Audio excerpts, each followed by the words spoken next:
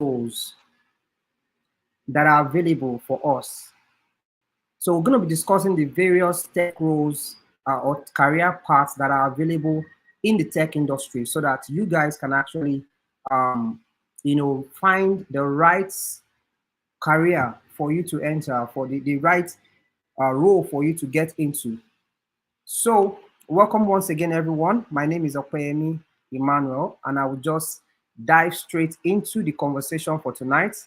As I've said before, this program or this seminar is organized by IT Skill Center. An IT Skill Center is located in Lagos, Nigeria. And we are a tech training institute. And we have a lot of alumni that are doing well in the tech space today. But right now, tonight, for those, this program is essentially for those who want to understand how to break into the tech industry, because there are a lot of people out there struggling actually with tech roles. They think that there are few roles that they can get into and they've been trying and trying for many years, but it's actually not working for them. So tonight I will be kind of breaking down the different tech roles and how they work together, to make the tech industry what it is today. So you can find the best fit for yourself and where your natural talent and natural inclination, is best suited, so that you can be at the top of your game when you actually get into any of these tech roles. So I want to be sharing my screen right now, and we will just start immediately and get into this conversation. And if you're there and you're hearing me and you're with us, you can just drop me a message in the chat box so that I can actually know that you're with me and you have joined us tonight.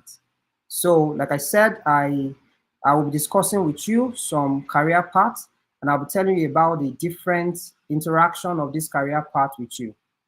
So let me quickly dive straight into this. I'm going to be sharing a slide from my system, and that will be the base of our conversation tonight. So there are so many career paths. There are so many roles in the tech industry, so many of them. But we'll just be looking at a few tonight, about top 10 most lucrative ones. Those are the ones we'll be considering tonight. And as we look at them, you will see how easy it is actually for you to get into this space. It's very, very easy to get into this space. It's very easy for you to, move into tech. You just need to find, like I said, the best place for you to start. Which one have the low entry barrier for you to enter into?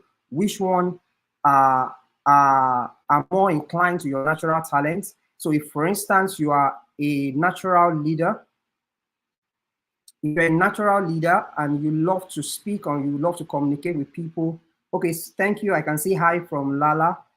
Is it Lola or Lala? All right, so welcome, Lala. So I'm trying to get my slide up. Just give me a second as I do that. I think I can just do Google Slides instead.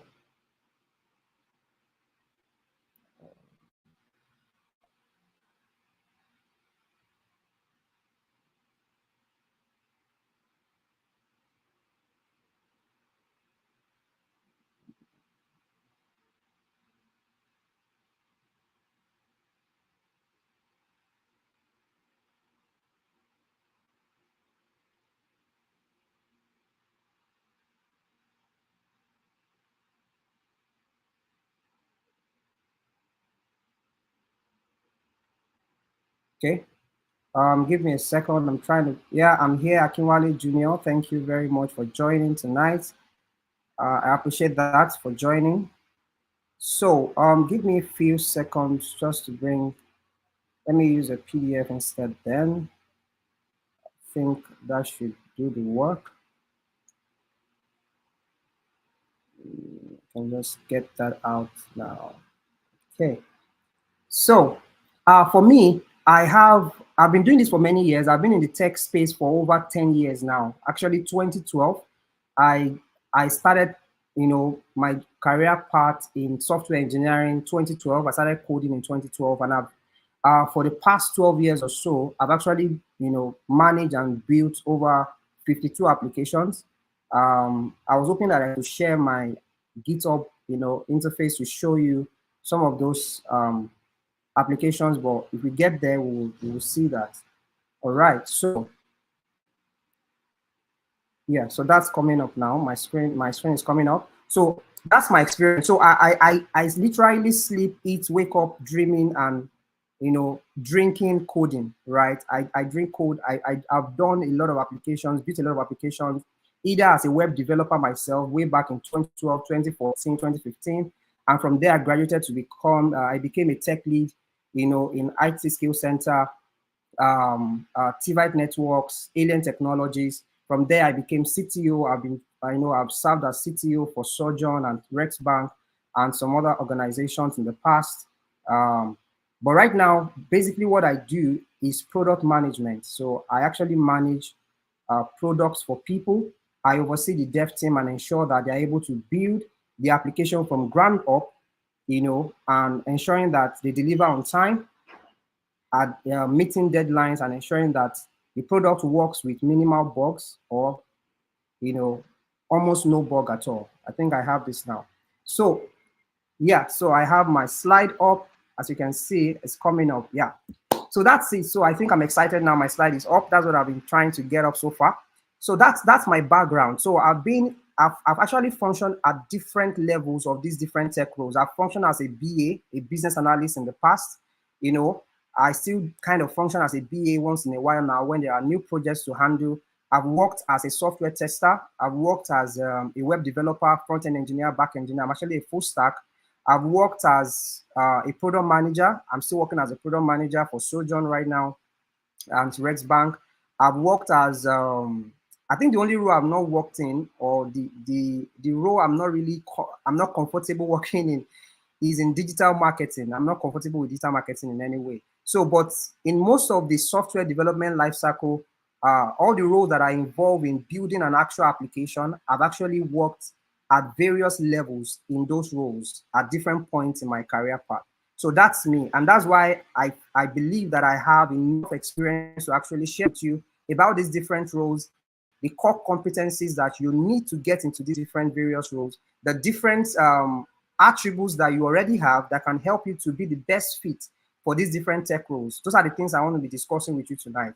Because I've worked in every of these roles, I can actually tell you how to function in all of these roles, right? So the first thing you need to understand in the tech space is that everything centers around either software or hardware in the tech space, right? So everything we're doing, whether you are a customer success manager, you are a solution architect, you are a software tester, whatever tech role that you're going to function or play in, you are actually going to be developing or working directly on an application. So it's either you're setting an application, you're supporting an application, you're building an application, you're testing an application, you're doing a research or doing protecting an application from hackers like cybersecurity. So whatever role you have, you're actually going to be working, in the software development space, right? So that's why I believe that the first thing to share with you guys tonight is to discuss with you the software development lifecycle. Because as you understand the software development lifecycle, then you will understand the different roles and how they play in the development lifecycle of the software. Once you understand the different uh, phases that a software needs to go through before it gets released into the market and get launched, then you will understand the various roles that you actually, that are involved, and then you now know which one is best fitting for you. Because for instance, as we go on, you understand that if you are someone who is visually inclined, you are creative, you're a creative thinker, you are someone who loves to see colors, you love fonts, you pay attention to very tiny little details, you are finicky about, very tiny details. There are some roles that are best fitted for you than others, right? And you are the type that you love engaging with people, you like communication, you like collaboration, you like networking. There are other tech roles that are more suited to you than, others. So that's what we are discussing tonight. So like I've said, let's quickly run through the let's run through the entire phases that a software needs to go through for it to get launched, right? And as we go through that, you will understand how you will understand exactly the different roles that play a part in in those phases, right? And then you know how you can get into any of those roles. So the first phase in the software development phase is actually called the analysis phase or the planning phase, right? It's called the analysis phase or the plan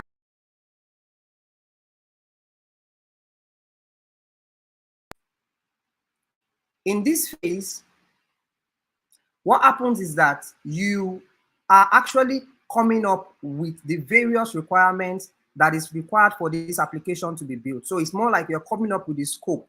So let's just pick an example for tonight's case. For the purpose of this seminar, let's pick an example of a software that we want to build. So I have one we just completed like 2 weeks ago, and it's called GemRook. It's a CRM, a customer relationship management application, and we built it from ground up in about 6 weeks, right? We built it from ground up in about 6 weeks with my team. And I will pick the application as an example as I go through this entire seminar for today so that you can, picture yourself. Yeah, I'm going to do that. I'm going to share that with you in the community. Muhyiddin, I'm going to share the slide with you later, right? So the first phase, like I said, is analysis phase. And in this phase, you have the planning process happening. So for instance, picking that application I said we built, the CRM, the customer relationship management application we built for GemRook Laboratories in Lagos here. What happened at the planning phase is that we met with the client, right? The owner of the application who wants to, the person that wanted to build an application for his laboratory. We met with the client and then we planned out. So the first role that is involved in that planning phase is called the business analyst, right? The business analyst, the BA, is the guy that is involved in the planning phase. And what the guy will do, what the BA will do at that phase is to come up with the project requirement document, the PRD, as it's called in the tech space. The PRD is the project requirement document. That document becomes the blueprint for the application that is about to be built. Just the way you have an architectural drawing for a house. If you want to build a house, you don't just bring together the blocks and the masons and start building. You have to design sort of an architectural document, right? Let's say you come up with the first draft of the architecture, right? So that is what you come up with. So you come up with a PRD. That PRD is a textual document. It's actually a text-based document, a write-up that contains all the features of the application, all the modules of the application, how those modules will work. This BA, the business analyst, will come up and do a research for that. So if the BA meets with the client will describe what he wants to build to the BA. The BA has to go further to do some extra research, researching all of the different applications that exist in the industry or in the market space, see if you can pick some ideas from there, develop the PRD. But at the end of the day, it's going to come up with what we call the software requirement specification document, right? That's the end product of that process. So, and without that, usually you can't go to the next phase. So the BA guy in this case now is the first role that we're going to be looking at. And we're going to look at the core competencies. What's the job of a BA? The BA is the guy, like I said, that gathers and analyzes the business requirements. He's the one that meets with the client. He's the one that develops the scope of this project. He's the one that writes down all the modules and how they will work in this application. It creates all of the requirements, that will be in this application. Now, what are the tools that this BA work with? What are the tools that BA work with in this phase? They can work with Trello, they can work with Jira, they can work with Confluence, they can work with Balsamic. These are different project management tools, as they call them in the tech space. These are project management tools. So it's going to develop a PRD. PRD is a product requirement document. The PRD serves as the blueprint for the application. And in that PRD, we have all of the requirements, all of the modules, all of the functionalities in this application. So we're going to have the clients needs to be able to, the users needs to be able to log in and authenticate themselves before they can reach into the app. They need to be able to see their dashboard, see their wallet balance, see, make transfers, make interbank transfers, intra-bank transfers. All of that feature goes into the requirement document. That is the job of the BA. So you can see now that this is not a coding role. What I mean, it's not a programming role, but it's a very critical role in the tech space. So most people don't know about this role. They always think that, oh, I want to be an engineer, I want to be a front-end engineer, I want to be a back-end engineer. No, those are not the only roles. We don't only have coding roles or roles that you have to do programming in tech. In fact, as we go through this process in tonight's seminar, you will understand that there's so many other roles that you can actually, that have low entry, low barrier entry, in getting into them, that you can actually start, looking at, considering, and getting into without necessarily doing programming, because programming is not meant for everyone. People think that, oh, I have to get into software engineering before I can make a lot of money. No, a BA who is experienced, who works with a reputable company, can actually make more money than a software engineer, right? So you need to understand that this BA role exists. His job is to gather requirements for the project. He's the first guy that actually kicks off the project. He's the one that interacts with stakeholders, manages the product owner, manages the client, manages the PRD, and all of that. So what are the core strengths of this guy, of a BA? What are the core strengths? The first core strength, of course, is that this guy has to be someone who thinks analytically. This guy has to be someone who has a leadership quality. He has to be able to engage with people, interact with clients, collaborate with the team, come up with document writing, technical writing, and all of that. So this guy has to be sound in writing. This guy has to be sound in thinking, clear thinking, right? He has to be able to think clearly, because usually the clients will describe these things verbally to the BA, but the BA is the one that will document this. So during the course of this free seminar, I'm going to also show you sample documents that the BA that I've worked with. I put a guy's picture up here because he's a friend of mine who is a BA at Google, used to be a BA at Google, but now he's an entrepreneur who runs his own company. But we worked together on this GemRooks Laboratory CRM project that I talked about, and he came up with a document that contains everything that we will ever need to execute that CRM application, right? So that's the job of a BA. I just wanted to introduce him to him so that you see what the qualities have for a BA, right? So you have to be very good at interpersonal skills, resource management and all of that. So we're going to move to the next role. So when a BA is done with his job, when a BA is done with the PRD, the product requirement document, what happens next is that the PRD is then passed down to a designer, right? But in between there, you have to have a project manager. So a BA actually passes the document to a project manager, because the project manager's role is to actually supervise the entire product development process, right? So the product manager is the guy who manages the entire product development process, manages the dev team, the design team, the testing team, the deployment team, and all the other teams. The product manager, in fact, the success of a software launch or the success of a software development actually is on the table of the product manager. So when the BA is done with the PRD, he gives that document to the product manager. The product manager then takes this blueprint and start working with it. So what will he do first with this document? He's going to go to his design team, headed by a product designer or lead product design, or the product design lead. Yeah, so some people call it product designers, some people call it UI UX designer. They are one and the same thing, right? But I just want to quickly differentiate UI and UX so that you understand that, because some people think that they are the same thing. They are not the same. UI is user interface, and it talks about the visual appeal of what the users can see. So when you're talking about the colors, the location of a button on the screen, those are UI elements, right? And there's actually a in developed countries or in more established organizations, they separate the role of the UI guy from the UX guy, because the UX guy is the user experience. The user experience guy is the guy that focuses on the experience, the smoothness of the navigation and the overall experience of the users on the app, not what they see, but what they feel, how they feel using the app, right? So the UX guy is the guy that will determine whether something should fly over the screen, whether they should navigate this manner, whether it should swipe up or swipe down, whether there should be a background sound when you click on something. All of the experiences that you have when you interact with an application is done by the UX guy. But in this part of the world, in Nigeria today, we still kind of mix, or we kind of merge these two roles together, right? So we call it UI UX design, right? Because they kind of go hand in hand. So one person can actually function in both roles, but in more bigger companies like Apple, like Google, like Microsoft, these roles are two separate roles. So I just want to put that out there so that you understand that you can actually just be a UI expert or a UX expert. But today we are talking about someone doing both roles together. So what is the job of a UI UX designer? The job of a UI UX designer, of course, is to come up with the interface and the experience that the users will have using this application. I'm going to give you the 3 levels of designs that they come up with. The first one is called the low fidelity design, which is what you see on the left extreme side of my screen there. So when you get that PRD, when the product manager gives the document to the product designer will come up with a low fidelity wireframe, which is the one on the extreme left. It's just boxes, lines, and all of that.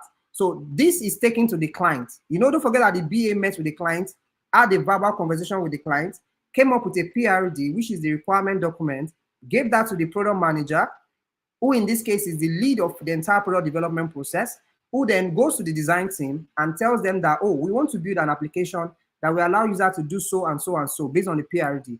The designers will first come up with a low fidelity wireframe, which is what you see on the left there. That is taken to the BA and the product owner and the client. They look at it and say, oh, this look like close to what we want. They move that, they go back to design team. Design team move that to the next process, which is like a high fidelity design, right? They move that into a high fidelity design, which is what you see next to that, and a full fidelity design where you have the colors and all of that. So that's the process it goes through for a product design to get it from the very beginning of the design process to the end, and before the design is approved by the client or by the product manager. Do you understand? So if you see now, if you look at the role of this UI UX designer, what are the qualities of a product designer? What are the qualities? How does this, fit you as a person? How do you know whether you are best fit for, you have the natural giftings for a UI UX design role? Because like I always tell everyone, you have good doctors, you have great doctors, you have good lawyers or trained lawyers, and you have great lawyers. If you work in a role or you take up a role that you are naturally inclined or gifted towards, you're going to become great at that field. But if you're trained and you are not naturally inclined to that, you're going to become very good. But there are two different things. A great athlete will always be better than a good or trained athlete. So what I'm saying is that if you are naturally inclined towards graphics, if you are naturally inclined towards pictures, you love colors, you love fonts, you love playing around with colors and mixing them together, making some crazy stuff, combining stuff together in terms of visual, you are best fitted for UI UX design. You don't have any business with software engineering or other things. You don't have to go and kill yourself with programming or trying to get into other roles. If you're already inclined towards graphics, maybe you've done CorelDRAW in the past, you've done Photoshop in the past, you've played around with different things, you like drawing, UI UX design role is for you. So that is what I'm trying to say. So please don't always think that software engineering is the only thing we have in tech and that's where the money is. I have guys today who work with me. So that's why I'm putting pictures up. The only reason why I'm putting pictures of people up is that these are guys that I know that work with me at IT Skill Center that are earning a lot of money. They are working with multiple companies. They are earning a lot of money, over 500K a month, right? So that's why I'm putting that. So if you know them, you know them, right? So that I want to show you that there are real people earning this money from the other roles that are not necessarily programming roles. So not everybody needs to go into coding. That is my point tonight. So you understand that if you are visually inclined towards colors, graphics, and all of that, UI UX design is for you. And under 8 weeks, which is just 2 months, you can actually learn product design and you can get into that space, right? And start making money. As you can see the salary range, I don't want to kind of emphasize the salary range, but as I go through the slide, you will see that the salary range are written there, right? In a year, you can earn. So as for a starter, when you get into any of these roles, you usually start around 150, 200K, depending if you're working in a startup company or you're working in an established firm. If you're working in a startup company, usually you start with 200, 150, 250 thereabout. But as you progress after 8 weeks of learning, 6 months, 1 year, 2 years, and you become an intermediate level designer or intermediate designer, right? Then you can move to 400, 500. Then when you spend like 4 years, 5 years in this design thing, you can start earning like 700, 800 in a month. So that's the progression. And you don't have to jump here and there. Just stay with your career path, move from the junior level to the intermediate role to the senior role, and then with time you can become someone who is earning above ₦1 million. So that's the way it is. So that is UI UX designer role. So now going back to my story of the software development lifecycle that I was sharing earlier, the BA is the first guy who comes up with the PRD, takes that to the product manager, who gives that to the team, starting with the UI product team or the product designers who come up with the low fidelity wireframe, the high fidelity wireframe, the full design, and then if the design is approved. Once the design is approved, the design is now, there will be a walkthrough section between the front-end engineers and the designers. So they have a team meeting. Usually that's what we do. We have a team meeting. The product designers then gives this to the front-end engineers. So that is where coding starts. That is where the coding part of programming starts, right? So the front-end engineers are the guys that will now, translate the UI UX design that you've just seen in the previous slide to an actual website that works or an actual mobile app that works. So those are the front-end engineers. So they can play in the web space or the mobile app space. So if front-end engineer can be a web app developer who works with HTML, CSS, JavaScript, Angular, Vue, which other one is there? React JS and the rest, right? Next JS. So, but we have mobile app developers or mobile development engineers who actually work with Flutter, React Native, and the rest, right? Java, Kotlin. So you can work on any of these things. So what I'm saying is that when you want to get into tech, don't just be narrow-minded and focus on only what you've been told by your friends. Oh, software testing is what's making money. As a matter of fact, I get calls on data analysis like every other day. Everybody wants to learn data analysis today, and I'm wondering why. Data analysis is not the only role in tech. As a matter of fact, if you are not crazily inclined towards maths and statistics, you will struggle in data analysis. I will get to data analysis, but I think I'm jumping ahead of myself. But what I'm trying to make you understand is that there are various roles in tech. Not all of them are, are coding based or programming based. Not all of them are naturally suited to everyone. You have to find your natural strengths. Am I a leader? Am I a communicator? Am I a good, do I have good interpersonal skills? Do I love interacting with people more than with my laptop? Some people just love to sit behind their system and their screens for the whole day, and they don't want to talk to anyone. Those kind of people are best suited to be engineers, front-end engineer, back-end engineer. If you love your laptop more than people, you are an engineer by blood or by DNA.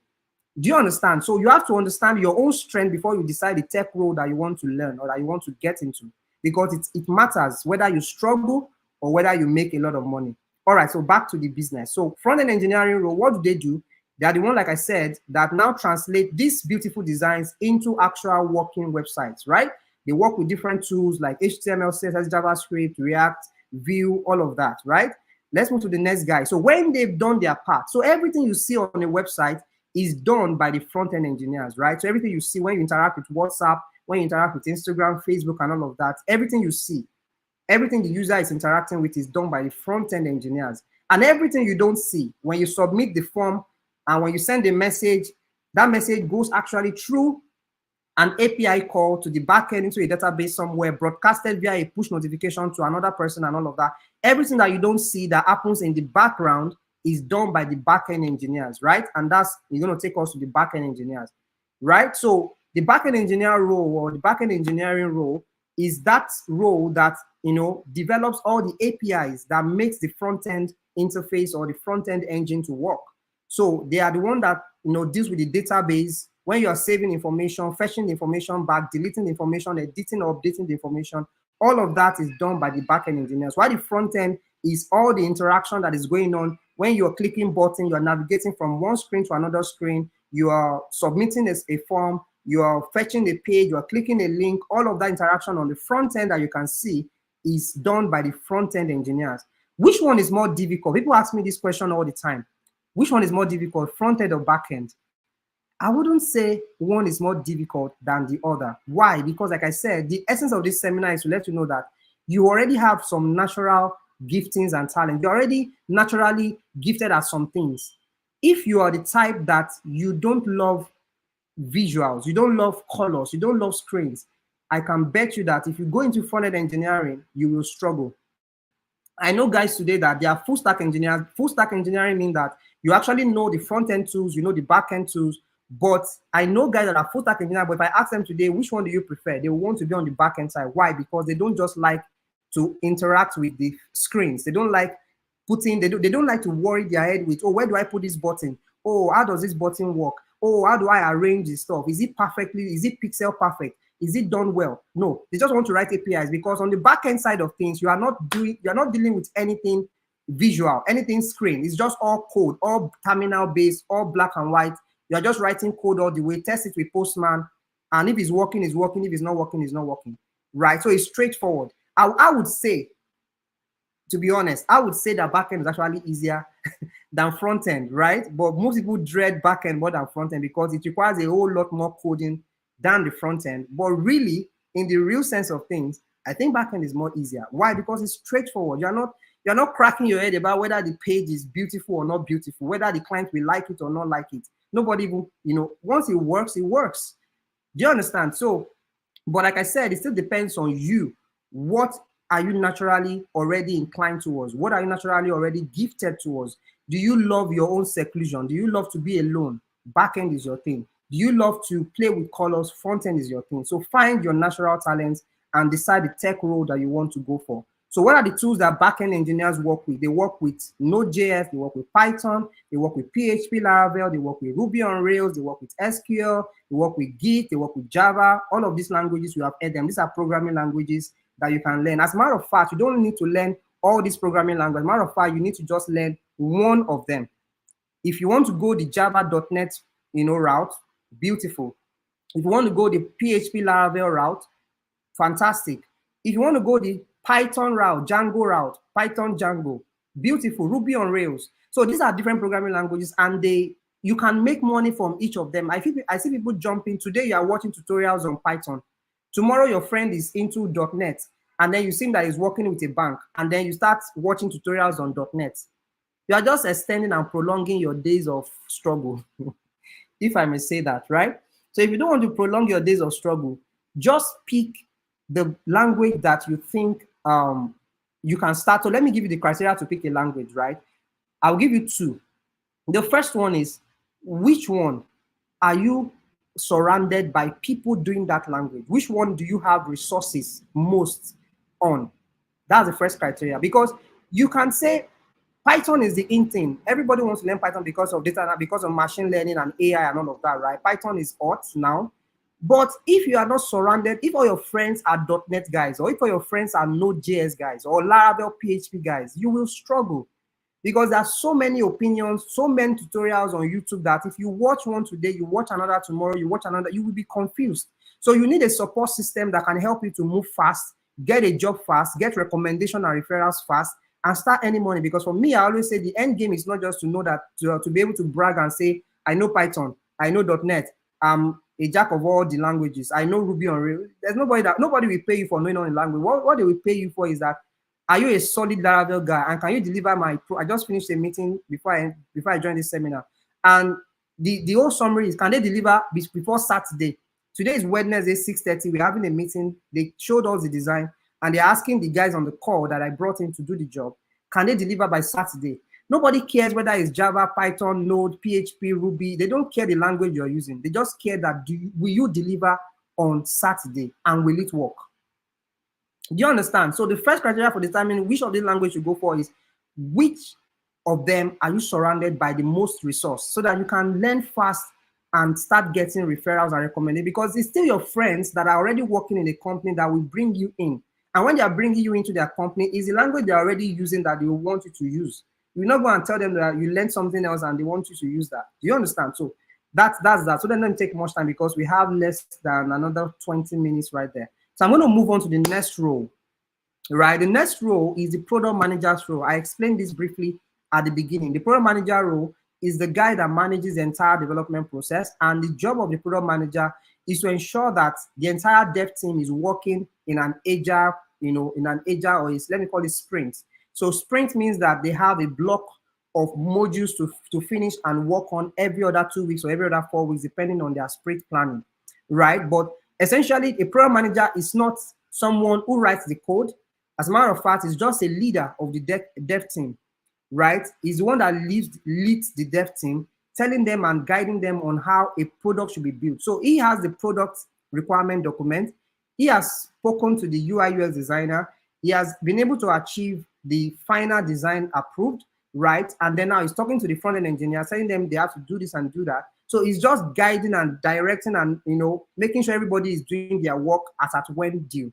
So the front-end engineers are performing optimally. The back-end are developing the APIs. They are working on a sprint. Sprint means that they're going to agree on what should be built in the first week of development, second week of development, third week, up until when the product will be done and ready for test, right? So that's the job of a product manager. So what are the qualities of a product manager? Essentially, a product manager is a leader. If you are not good with managing people, don't venture into product management, because you will mess up every project. Just be a backend engineer and stay in your lane and just be writing code. Do you get, right? So even though every role requires good communication skills, so let me say that, because I have some very arrogant backend engineers, right? And it's not nice when I say this, but really I don't like when I see very proud developers, because it's not beautiful. When you are very humble and you are very solid and you are very good, great at what you do, but humility is beautiful. right? So, but that's just by the wayside. I'm just saying that to say that every role requires good communication skills and good interpersonal skills, right? So, but the product manager is managing a lot of people, people with good heads, people with very arrogant character, very, very bad communication skills, people that don't talk, people that are very reserved, people that, can talk are lousy. You're managing everybody from the testers to the design team, from the development team, everybody. So you have to be very good with managing people as a product manager. So that's your core strength. If you are good with leadership, don't bother with, if you are good with managing people, you know how to build relationships, right? You know how to manage people's emotion, people's expectation, manage the stakeholders' expectation, manage the test, the development. They have not paid salaries, for instance. I have one of my clients, they have not paid them salaries till now. This is the 10th of July. They've not paid the developers till now. And I don't know how I'm going to manage them. As a product manager, you need to be able to manage them to ensure that your developers are still working at the 10th of July and they've not paid them, right? So that is the role of a leader. A leader needs to know how to manage expectations, manage emotions, manage deliverables, timelines, deadlines, all of that. So if you have that skill already, you can actually learn all of these things. You can attend a product management course and learn all of these skills. But if it comes naturally, if you're already a natural leader, if you already see this playing out everywhere, you are in church, you are here, and then people say, oh, this guy is a great leader, then don't bother being an engineer or being any other thing or product designer. Just go for a product manager role, and you will fly, you will shine, you will get to the top of that career path so fast because that is your natural talent and that's your area of expertise, right? So let's move to the next one quickly because we have very short time. The next role here, after the front-end engineer and the back-end engineers are done with the product development within the sprint that has been set, when the product is done, the next thing that happens is that they pass this product to the testers or the QA team. They call them the QA team or the tester. Is actually used interchangeably, but there are different roles. There is a QA and there is a software testers. I might explain, a little more in detail if I have time. But the QA team, are the people that actually now test that this application that has been built by the front-end engineers and the back-end engineers, if it works the way it has been said in the product requirement document to work. Remember that the BA came up with a document called the PRD that was passed to the product manager, that was now given to the UI UX designer to design the prototypes and all of the UIs, given to the front end to build it out, the back end to build the APIs. The testers now need to now ensure that they go through everything that has been built, testing every button, every login, using, so the first thing they come up with is we call the test cases. So the testers or the QA team will come up with test cases, test scenarios, a test plan, and then you will use that test plan to develop an actual test the actual app out. They will follow their test cases.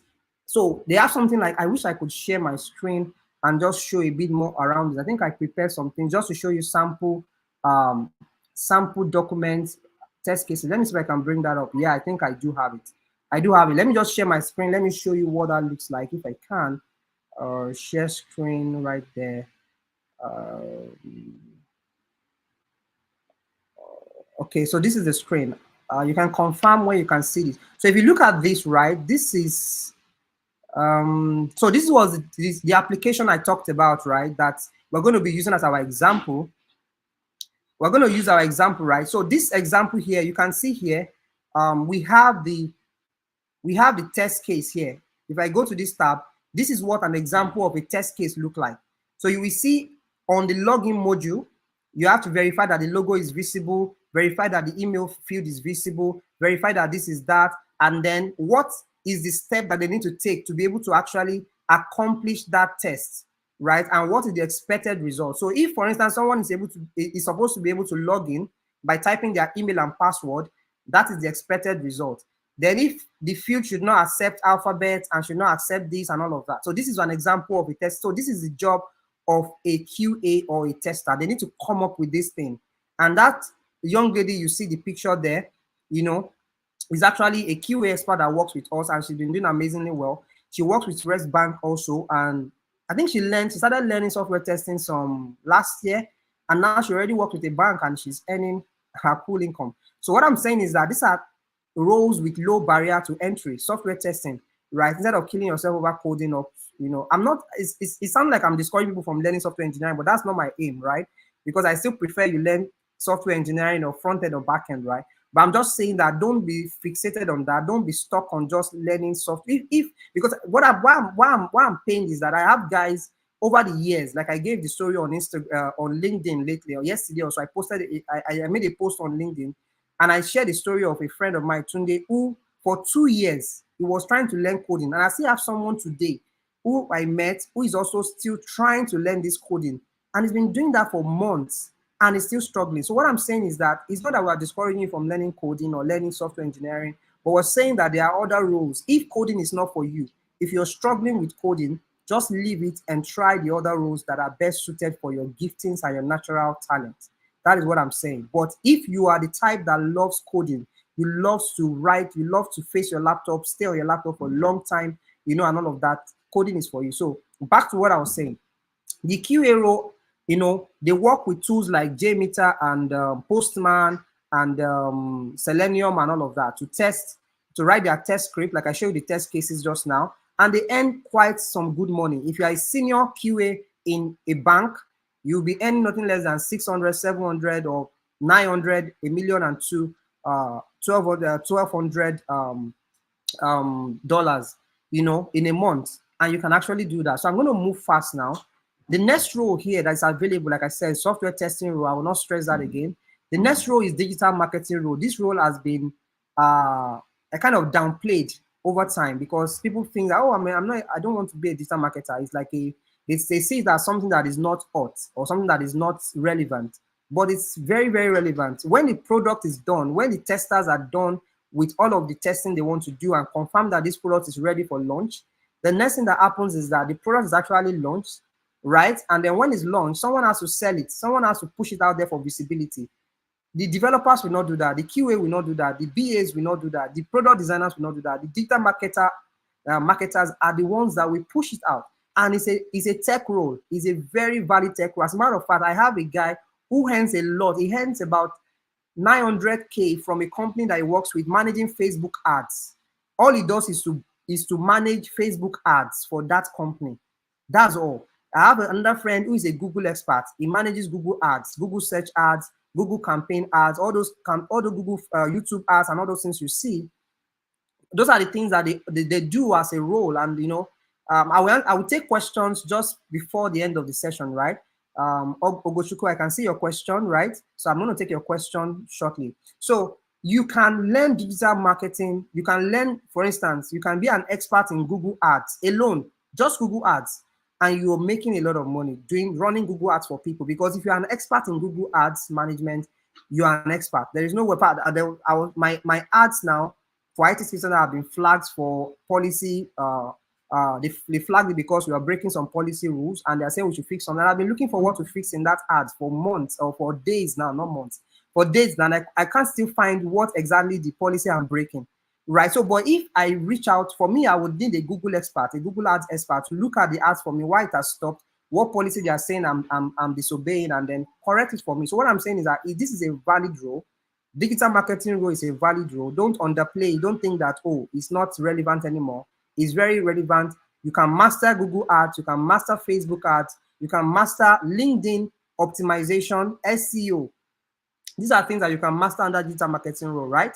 I'm going to leave it at that. They earn a lot of money. So don't leave that role out. And if you are naturally inclined to data, you're naturally inclined to research, you're naturally inclined to staying on the internet, like staying on the web, on the World Wide Web now, digital marketing is your thing, right? If you are the type that loves to just browse and browse and browse, you are suited for digital marketing. So I'm going to, just 2 roles left. These are the top, I'm actually picking the top 10 roles in Nigeria today. These are the ones I'm focusing on. There are so many other roles that I'm not touching, but I'm focusing on the top 10 roles. The next one is the DevOps role. The DevOps role is actually that guy or that team that manages the server deployment. So when the product is done, the software is done, they are done building it, and then they now pass it to the tester. The tester tests it, confirm that it's good to go. Before you launch it, of course, you can't just launch the app like that. The app needs to be deployed to a server in the cloud, either AWS, Microsoft Azure, Google Clouds, anyone on DigitalOcean and the rest. So the DevOps team or the DevOps engineer is the guy that will now deploy the application into the cloud, right? So they set up what we call pipelines. So pipelines are like what the application is to use to be deployed into the server. So there are AWS DevOps experts, there are Google Cloud DevOps experts, there are Microsoft DevOps experts. So you can choose one and focus on either of these servers, or you can even know multiple, or you can know a number of them, right? So that you can be relevant across different servers. But what I'm saying is that DevOps is a role, is very valid. If you're very, if you love terminals, because you'll be dealing with terminals a lot with server. If you love the blast screen of your terminal, if you have seen your command prompt on your system or your terminal on your MacBook, if you love that screen a lot, DevOps is your calling, right? Because that's where you spend most of your time. You'll be doing configurations, you'll be configuring these servers to be optimized, load balancing, Kubernetes, and all of this stuff. That is DevOps. So if you are naturally inclined to just typing commands, command scripts, if you are naturally inclined to typing command script, right?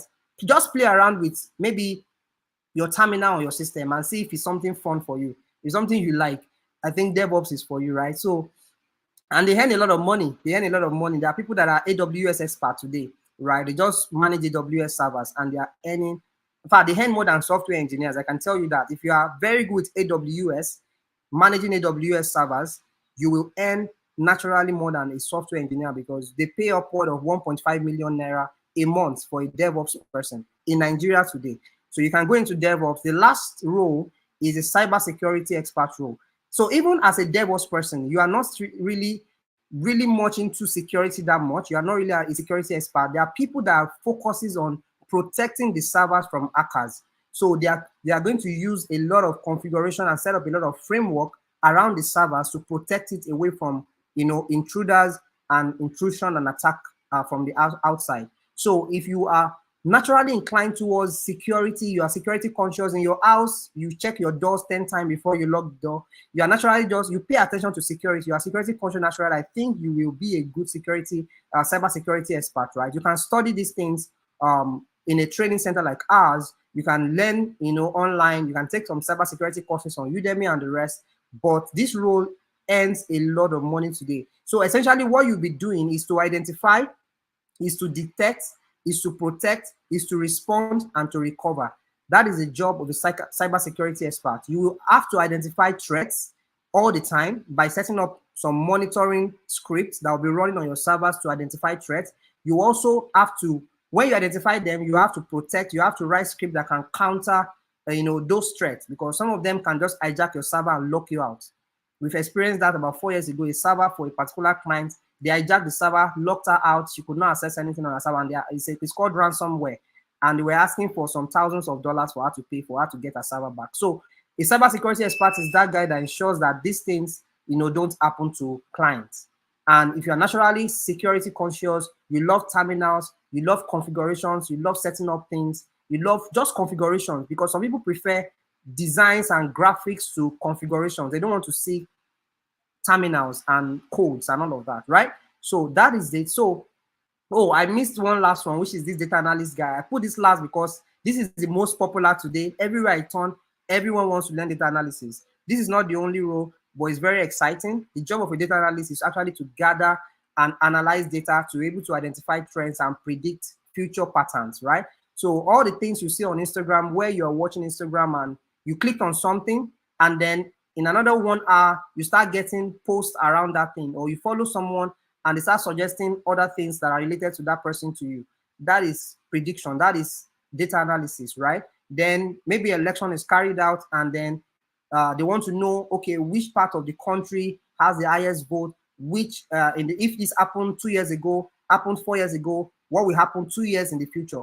The job of a data analyst is to actually gather a lot of data and then be able to look at trends in that data, study pattern in the data, and be able to predict and say, this is what will happen based on the data that I've seen. This is what will happen in the future. So if you love data, you love numbers, you love seeing a lot of data and playing with data, you love Excel, essentially you have to fall in love with Excel, because one of the essential tools you'll be using as a data analyst is Excel, R, SQL, a bit of Python, and all of that. So, but Excel is at the center of data analysis, right? So if you love Excel, just go and play with your Excel today after this meeting. Go and play with your Excel. See if you love all the formulas there, how to write the formulas on Excel. That is what you will learn. It's actually very easy and simple. but that is what you'll be doing as a data analyst, playing with data, interacting with data, doing predictions, cutting, discovering trends and all of that. So that brings us to the end of our conversation on different roles. I think I've shown you enough. I've kind of painted a picture of all the different roles and how they contribute to the entire software development process. And then there's a question here: do you offer digital marketing training at IT Skills? Yes, we do. Right. So yes, we do. We offer all of these trainings, all of the tech roles I've mentioned today. We offer them at IT Skills. So if you want to be a cybersecurity expert, you want to be a data analyst, excuse me, you want to be a software engineer, a front end, back end, product designer, BA, product manager, you can learn all of this. Of course, they are paid. Muhyiddin Saka, I see your question. Are they paid? Yes, definitely they are paid. As a matter of fact, we have an upcoming cohort starting August 12th, right, where you can learn any of these roles, you can learn any of these skills at IT Skills Center. As you can see on my screen there, you can apply on our website, check out the different programs and their pricing or the cost of each of them. It's an investment for me, as I say, because in a matter of 6 months to 12 months, you can actually make back times 10 of what you have invested in learning this thing. So you need to start thinking of which role is best suited for you. Are you naturally a leader? Are you naturally inclined towards color and visuals? Do you love to just stay behind the system and code all the way? You are a backend engineer. Do you love data and you love to interact and predict trends? Do you love what's it called now? Do you love to play with security? You're security conscious and you love to you are this type that in your head you have always imagined how can I learn hacking? You want to learn ethical hacking. Security is your thing. Cyber security is where you should go. You want to see how do hackers really work? How do they think? How do they hack this system? How do they hack this bank? How do hackers think? All of that. And if your brain is always thinking around security, how do hackers think? How do you hack this system? Or you've seen movies where they hack stuff, you're always imagining that cybersecurity is where you should be. Muhyiddin Sakai is still asking again, is this spot still open? I have a friend who's interested. Definitely yes. The spots are open. You can apply on our website or you can give us a call, after this meeting. So that brings us to the end of our conversation tonight. If you have any questions, you can drop it in the chat box. I will see it and I will answer it right away. So I believe you've learned a lot. If you have learned a lot, I want to drop a comment for me there to just tell me so that I'm sure you've learned one or two things that are new today that you've not known in the past. Can you drop me a message in the comments so I'm sure that you actually learned a lot? So these are the different tech roles that we have. Like I've given you the top 10. There are so many other ones I want to bring up. There is a document I have, which I'm willing to share with you guys, that actually shows you all the tech roles we have in the world. Everything, like it's called a career map. It contains all the different roles that we have in the entire world in tech, right? So I can share that with you. If you're interested, you can let me know. If you're interested, I can share that with anyone who's interested. You can, drop me your email or hit us up at IT Skill Center, call us on our line, and we'll send you a career map that shows you everything in detail about all the different career paths. But right now, we've just given you the top 10. And if you want to learn any of these top 10 courses or get into these tech roles, you can come to IT Skill Center and learn. We're starting a new course August 12th. And I wish you guys the best of luck as you embark on your tech journey. For as many of you that want to get into tech, of course, I think you've seen it all now. You know the role that is best suited for you, which one is best fitting for you, which one all of them earn money. Don't go into a particular role because of the money. Don't do that. Don't go into a role because of the money. All of them earn big. Just depend on which one are you going to rise fast in the career path. Which one are you going to be exceptionally great at? Go for one that you are naturally inclined towards. Thank you very much, everyone that has joined. I appreciate your time. Thanks for joining. Muhyiddin, Akinwale Jr., Ogochuku Unamdi, thank you for joining. Mustafa Baba Abubakar, Nuruddin Saliu, sorry for not calling your name properly. Nuruddin Saliu, Paul Ibe, Abraham Adams, Lala, and the rest of the people that are on this call. Thank you for joining tonight, and we'll see you another time on another free seminar where we can share more again about another career path or about other things that we have coming up at IT Skills Center. So enjoy the rest of your day and good night.